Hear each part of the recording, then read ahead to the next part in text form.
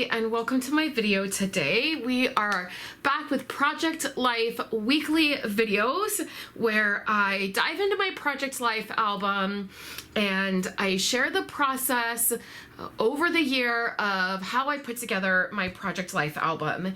And this is by far my most favorite project that I work on. I think I say that so much, but it really honestly is. I love not only the process of doing it, but I also love having so many to look back on over the years. You forget so many details about life and things that are happening, and it is so fun to look back and be reminded of those details and to be reminded and be like, oh, I forgot when that happened, or I forgot that we did that. This just happened recently within the last week. I was looking back at a photo from several years ago and I honestly could not even remember that I had taken the photo, and I was surprised by it, and it was exciting to see and to remember. And I love that my kids look at this, and I love that, you know, some of their stories are in here and the different things that they've done and been a part of and been excited about. And it's just really exciting to look back at it. And I love that aspect, and I love putting this together. I love doing physical Project Life. There's so many different ways that you can approach a family album or a personal album, and you know, you can do it in the Project Life app. There's so many digital ways that you can do it now, but I really love the physical aspect of an album. And I've mentioned before that one of the things that I love about Project Life, the style, is that I do so many different things. You know, I do just plain pockets, but then all the different sizes are so fun, and the different way you can layer in these different projects and tell the different stories. I love that aspect of it. And one of the things that I have done since the beginning of doing a album is the calendar, and I get a lot of questions about the calendar that I put in here. And if I'm being honest, I get teased a little bit. I have a friend that is like, oh my word, with your calendars, like you always put the calendars in, and she's always like, they'll never be able to frame you for a crime because you have the calendars. And if she only knew like the planners and the journals and the other things that I do, I promise you nobody can frame me for a crime. But she likes to tease me about it. And it's this funny thing that I started doing when I first started albums, and I get so many questions about it. And so today I wanted to share with you some of the reasons why I do a calendar, some of the practical things that it helps with, and then in the last few years, how I have started using it as a decorative element in my albums. Now, if you've seen any of my videos for Kayla's album, you will see that I did these in Kayla's album, and they really held a lot of her milestones for the first year. I only did them in her album and the kids' album the first year because I was documenting all of those milestones. But back when I first started memory keeping, this idea of keeping a calendar, I saw it at a Creative Memories party that I went to, and I didn't know anything about scrapbooking. I didn't know what it was. I just was invited to this sort of this home party through Creative Memories, and all these women that I did not know were doing these pages and they were keeping these calendars, and I thought it was so super weird. And I was just like, I don't have a life. Like, there's nothing. At the time I wasn't married, I didn't have kids. I worked and I came home. I was a waitress, and so I waitressed and I came home, and you know, I tried to pay my bills, and that was like all I was doing. I was working and I was going to church. Seemed very boring to put on a calendar. And then when I started doing a yearly album, it served as a way to like start my month, right? It was like this way that I could like do a page, start a month. With the kids' album, it was a way to document their milestones. And then as I started Project Life and I started really loving this idea of like layering things in and this interaction that you could have, I really loved this idea of having a calendar. And the main reason that I loved the idea is it gave me this back pocket for things. I'm a big collector of things when it comes to like my life, movie tickets and, you know, programs and like just different things that we collect. I love all of that. I think it's the memory keeper in me. I want to remember, you know, those things.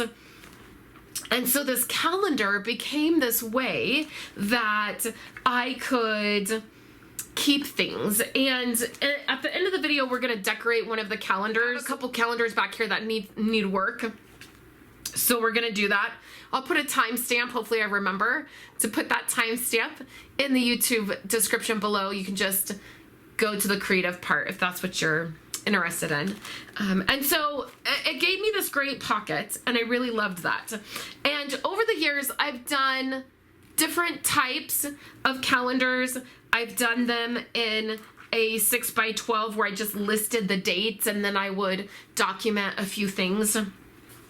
But mostly I've done the calendar this way because it's super easy. And here's the things that I get questions about all the time. I'm gonna use this video to send to people when they ask me all the questions that I get asked repeatedly about calendars. Hopefully I'll cover it all and then there'll be a video to refer to. So I look online, you just go to Google and you just type in 2024 free printable calendar, and I promise you 1,000 different choices are going to come up. I have in the past, I've bought them on Etsy. You can usually find a set for, you know, under $5, sometimes under $3 even. And, you know, it's a digital file, so you're just printing it out yourself. But it's great because it's just 8.5 by 11. I can use an 8.5 by 11 page protector. I get my 8.5 by 11 page protectors. Usually I just get them on Amazon. I just get a big box of them. You just want to make sure that they're heavy duty and they're clear. That's the thing that you want to make sure, the most important thing. These happen to be from scrapbook.com. And they're a little bit thicker, so that's nice. But there's lots of options. I usually just get a box of 100. You can get them at probably Staples or Office Max, those types of places. Probably even Walmart, you could find some. And I just like them to be really the good, thick ones and then clear. You don't want them to be cloudy. And so it's super easy because you just get the calendar, you print them out. I usually print all my calendars out at the beginning of the year. At the beginning of 2025, you're gonna see me set up my album and do all my setup process. So you'll see that, but I usually print all of my calendars out at the beginning of the year. I stick them in page protectors and I stick them throughout my album. So they're already here. And you will notice my second half of the year, you will see that they are already in here. And currently when I'm filming this, you can see that I'm slightly behind in my album, but you can see that here's all of the calendars. And I usually just pick based on the look that I want. I sometimes will, you know, want a different look than the previous year where, you know, maybe I've done real block letters or, you know, it's filled the page better or different things like that. This year I went with this real simple one. I usually go with just black and white so that I'm printing out quite a few of them and so it saves on ink, and then also it's gonna match whichever design I decide to go with for the month. I don't have to worry about figuring that out ahead of time. And then you can see that I decorate it. And this is something that's been fairly new in the last, I would say 2 to 3 years. I used to just jot down, I would write down the information on the calendar and I wouldn't do anything with it. And then I thought, I have all these stamps. I have all of this product. Why am I not decorating the calendar too? So I want to show you some of my favorite ones that I've decorated and have been really fun. I'm going to show you these, and then there's a couple from some past years that just stick out in my mind that were really fun to do. So here's January. I did a black and yellow theme, so that's what I did. Here I stamped. You can see that my ink smeared. This is not meant to be perfect, and it's also not meant to document every single thing that happens throughout our month. It's meant to be a highlight of what's happened.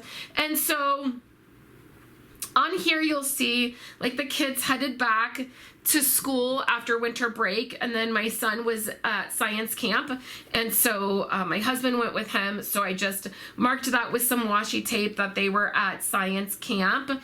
I mark on here my grandmother's birthday. She's passed away, and I usually mark that on all of our calendars everywhere. It's just something that I do. But this year, I wrote on here that Violet remembered that it was Grandma's birthday, and that I had actually forgotten that day, and Violet remembered, and so I wrote that down.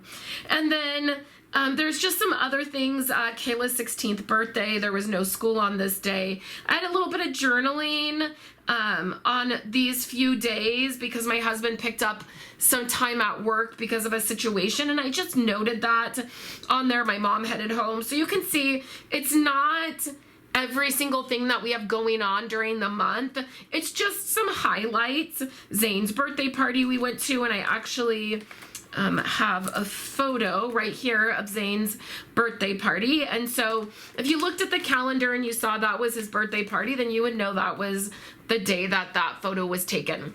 Not a huge deal in the details like that, but that is just a detail of kind of how that happens. Here's another one that I did, and oh, so this in February, this was when we had no water because we had to replace all the pipes in our house, and we had no water, we had no hot water, and the washi tape is, we documented that, and then I don't know if I documented it into March because we didn't have water.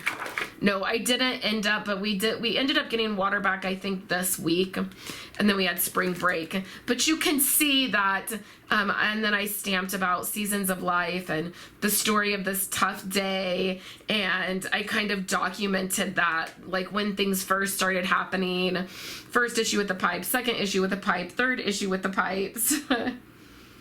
And then we had water for, I think we had water for like 2 or 3 days, and then we had another issue.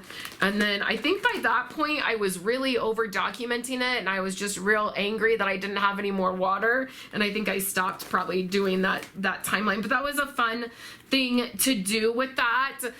Sometimes when, you know, things are hard and you have no water, it's fun to come up with creative ways to document that. And so that's one of the things that I did. But you can see I've used chipboard and puffy stickers. And what I usually do is match whatever the calendar, whatever I'm doing with the calendar usually matches my whatever I've chosen for the month. So this, I used the Jade core kit for the month of February, and then I used that paper and that color scheme for that. And then you can see I don't always have stuff to save for the month. I have less and less of it as the kids are getting older. Less, you know, just little bits and bobs that come in. And on the back of the calendar for this month, I documented some photos of the pipes happening, and I did some like just some physical products that I had on hand, and I did that layout. So it works as a great space for either a pocket to save things or another place to add a layout. So then here in March, you can see the same thing. I marked spring break. Sometimes I will mark on, like, if we have a dentist appointment, or if I have calls for work, if I have a dentist appointment, kind of those things that I'm not necessarily taking photos of. Daylight savings starting and us springing forward. Kayla had a lot of performances that month. And then on the back of this calendar of March is all of my journaling for for March. Later in the month, I'm going to do a whole video on journaling and tips for journaling, so you'll want to make sure to catch that. So I'm not going to really talk about that. So then when we hit April, you can see my April calendar. April, May, and June, my calendars are not done as I've been catching up. And you can see that I have some product in here that I stuck in here. Sometimes I'll do that. I'll stick chipboard in here or little pieces that I want to use on the actual calendar. And you can see that I did my journaling on the back of the calendar again. And back here, I think I start having things to do. Oh, I did a traditional page on the back of May. And then the back of June, I am planning on doing another traditional style page because I just did not have really anything to put there. But like this ticket is something that was in the back of this pocket. But when I decided to use the back of it for a layout, I just decided to put the ticket right in there. So, and you can see I've done a few things to this calendar already. May's calendar, I don't have anything done, but I had this. I had been thinking about adding that. April was my birthday month. And so I thought I would explain what I do with my calendars and why I use them. There's really no specific reason other than just I like the look of it. It is fun for me to do, and then I like having that extra spot. So now what I thought I would do is just go in and show you how I put together the calendar when it's blank like this and I'm ready to do something creative with it. So we'll start that now. All right, let's jump into the creative part of creating your calendar. Give me 1 second while my camera shakes a little bit, and I think that I needed to either plug it in or unplug it. I think it was dying, so I'll be back in just a second. The camera will stop shaking and everything will be okay. I pulled some inks out that matched the month I was working with. So I was working with April, so I pulled out 3 of my Concord and Ninth inks that coordinated with what I was using for the month of April, which I believe it was the currently core kit. So you can see here for April, I have trimmed my calendar and then I've backed it with patterned paper, just like a basic polka dot pattern paper that matches. I don't always do that, but that is an element of color that I like to add. And then I'm going to pull up my calendar on my phone and I'm going to start adding some of the details for the calendar. So a lot of questions that I get are like, what do I add to the calendar? So this is a calendar. This isn't the calendar that you're using all month that you need to refer to make sure you get to all of your appointments on time. This is an overview of what happened in the month of April or the month of January or whatever month you're working in. You also want to think of the calendar as a space where you're going to have some journaling. So this isn't necessarily about every single appointment that you had. I like to think about it like sometimes, like I'll put dentist appointments or doctor's appointments on here, my nail appointments, the call with my therapist. Those are not things that I'm necessarily taking photos of. I'm not going to go to the dentist and take a photo of the dentist. You know, I might have a photo on the way to the dentist or after the dentist, or like I might say in some journaling for that day, like, oh, I went to the dentist, but I'm not necessarily documenting it. So as I look at the calendar, I can see like, oh, I had 2 therapy appointments that month. Oh, I had a dentist appointment that month. Oh, maybe Kayla got braces, or maybe we went to a football game. Like, it's just an overview and a space that I can add some journaling. So you can see here, the very first thing I do is I add all of the pieces that I want on the calendar. I print my calendars on 65-pound cardstock. I get it from Staples. It is a set of paper that it's not too glossy, it's not too thick. I can use just a normal, like my favorite writing pen on it, and it's going to be fine. It also stamps really well, so that is what I use. I can link it in the blog post if it's something that you're interested in, the exact paper I use. I also have used Stampin' Up's Basic White in the past. That is 85-pound cardstock, and it stamps really nice, and it writes really nice. So now the next thing that I'm doing is I'm just grabbing some stamps. Sometimes I will do like a theme. I usually try to pull my stamps that are more just like life, everyday type stamps. And then I'm going through and I'm just layering these. You can see the love this view. It goes over several days. Life is goes right there at the beginning, and it goes over a couple days.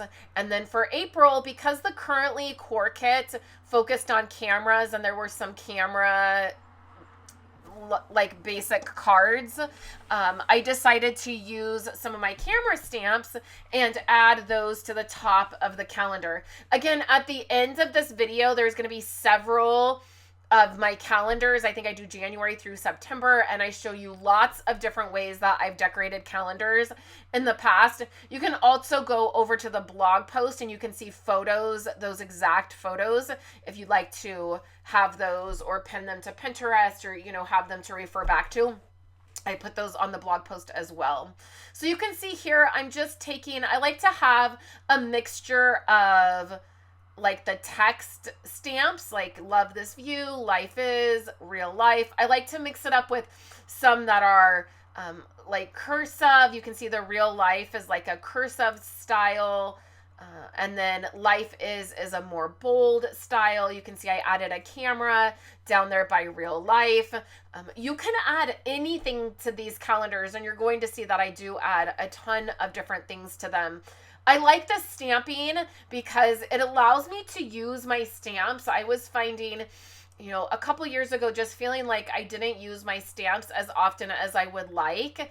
And I don't always use them when I'm doing my spreads for Project Life because I keep those, I don't know, pretty simple. But having the calendar and being able to stamp on it really gives me a way to use these stamps.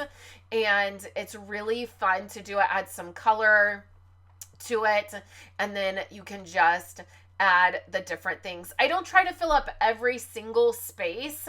I like to leave some white space. This is a calendar where the only pattern paper that I'm using is what is behind it, but you will see on other calendars that I have, I definitely use paper and embellishments. I use chipboard, enamel dots, ribbon. I mean, you really can add any of the supplies that you have on hand.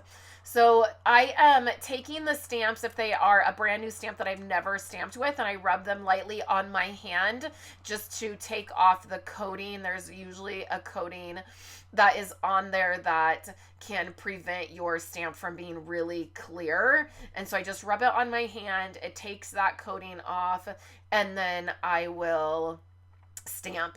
On this particular calendar, I'm doing one of my favorite things, which is adding faux stitching. So those are just dash lines all the way across the border of the calendar. And then you see the April 2024 shows. Sometimes I will cover that up and I will add the month if I have a product that, you know, says like hello April or hello September or something like that. I will use that. So you can cover up any part of this calendar because, again, it's not the calendar you're using for your, you know, to make sure you get to all of your appointments. It is just meant to be decorative. So this one is pretty simple. April is pretty simple, just some stamps and then the faux stitching around it. And then I have that color on the background, and then all of my journaling ended up going on the back of that calendar. So let's look at a couple other calendars to give you some ideas. Here's January. I used some die cuts. Those are heart die cuts up there. And then I did a theme where I did a lot of yellow and black. You can see I colored in my stamps. Here's February, and there is a piece of chipboard, and I used pinks and reds and hearts to do February. March, here you can see I did chipboard. So those are 2 pieces of chipboard on there. And then just a lot of stamping. So not a lot of color or other items. April, this is my favorite thing to do, which is do the corners with torn paper. I love that. And then you can see I used a stamp to highlight a few different things. Here's May, where I used some paper. And again, just 1 chipboard piece and a little bit of paper. In June, coming up here, you're going to see that I used some journaling cards to actually go on the calendar. So not so many stamps, but I used those journaling cards to add to the calendar and then add a little bit of journaling. And then I love this one. I did those corners again, and then I created a pocket in the corners and added ribbon. And then the very last one here, I did September. You're going to see it's not even filled out. I didn't even add anything, but I added some word phrase stickers and then some pattern paper, and that is all that was for September. So I hope that you have enjoyed seeing the calendars. There's 2 other videos up here on the screen that you can check out. Thank you so much for all of your support and love over the last week from my announcement from last week. I will be back on Friday with an update on Kayla's album, and I hope you will join me then. Thank you so much. I'll catch you in my next video.